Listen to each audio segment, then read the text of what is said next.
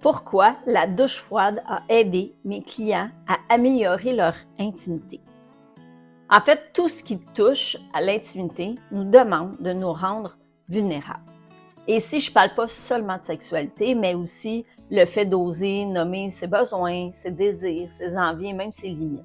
Tout ça, c'est se dévoiler, c'est s'exposer. Mais pour notre système nerveux autonome, être vulnérable, c'est être en danger. Et quand il perçoit une menace, il déclenche un de ces trois mécanismes. L'attaque. On devient réactif, agressif ou sur la défensive.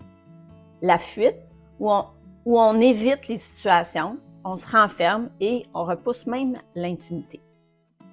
Ou le figement, où on se sent paralysé, incapable d'agir. Le problème, ces réactions nous aident pas à exprimer nos besoins, ni à poser nos limites, ni à faire des choix.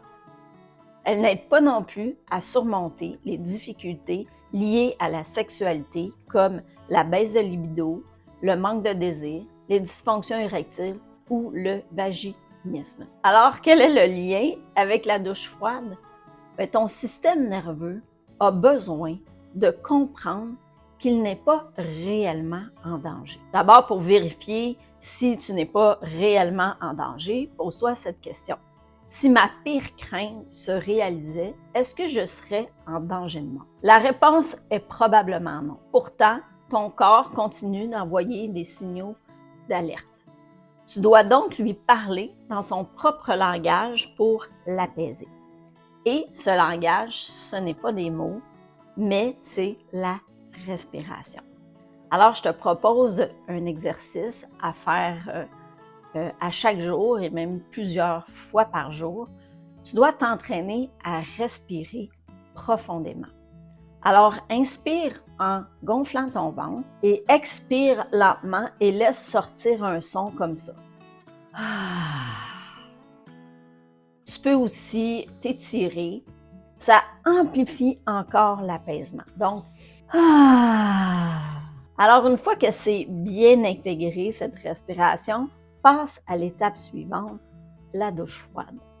Prends une douche comme d'habitude et coupe l'eau chaude. Respire calmement malgré l'eau froide.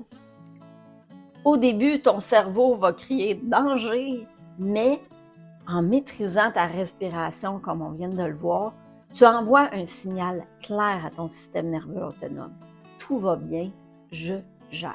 Et plus tu vas t'entraîner à calmer ton système nerveux autonome avec la douche froide, plus tu pourras le faire dans des situations de stress réel. Ce que tu gagnes, une meilleure capacité à gérer l'inconfort, à exprimer tes besoins, à améliorer tes connexions intimes avec toi-même et avec les autres. Alors, est-ce que tu es prête à essayer?